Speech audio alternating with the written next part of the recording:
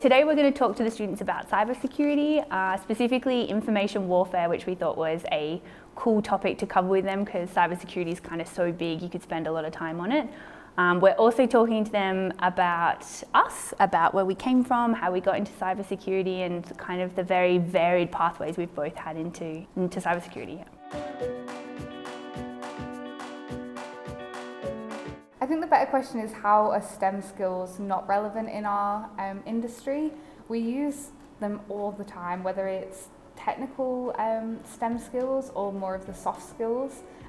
They are just woven into every aspect of our jobs. Yeah, we don't just work, on computers ourselves, but we also study information on every computer used by our customers and talk about cryptography, which requires mathematics. We deal a lot with information and where it's stored and databases, which is technology. And like Em said, we use soft skills as well. Everything, requires a report to be written or a presentation or communicated to the right people. So you can't really separate STEM skills from the other skills that we need. Yeah, and I think that's common, not just in our job, but almost in any job today.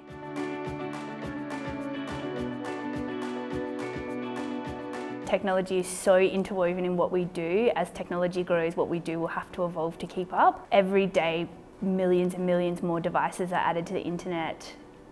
Vendors are sometimes behind in how they secure those devices, which means that cybersecurity teams are constantly putting out fires of the wrong people accessing the wrong devices, and consumers who, for good reason, should not have to worry about this type of thing, is having their information stolen. So as I think technology grows and as more smart devices become part of our lives and get added to the internet, we have to come up with a better, faster way to keep up with that pace. So in the next 10 years is going to be, very interesting, and I think it will be very much a game of, as cyber criminals improve, so too must we improve, but faster.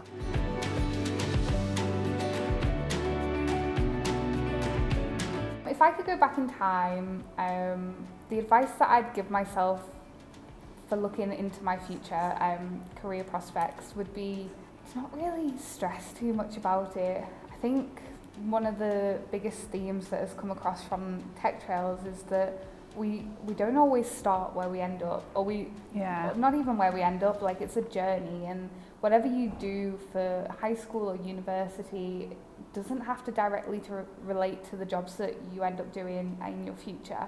So just to not really stress about what uni degree you're going to do, or TAFE or anything like that, just get in there, get a qualification behind you, and then figure out the rest as you evolve and develop.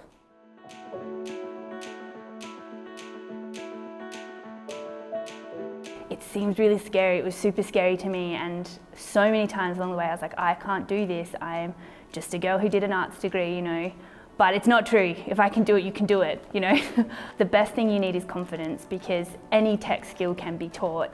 You just have to have the right mindset, and you have to be really curious about security. You have to be curious about how people do things and why people might want to steal things. And I think people who struggle in cybersecurity tend to be people who are not interested in putting the pieces of the puzzle together, maybe unraveling a thing that's already happened or predicting a thing that's going to happen.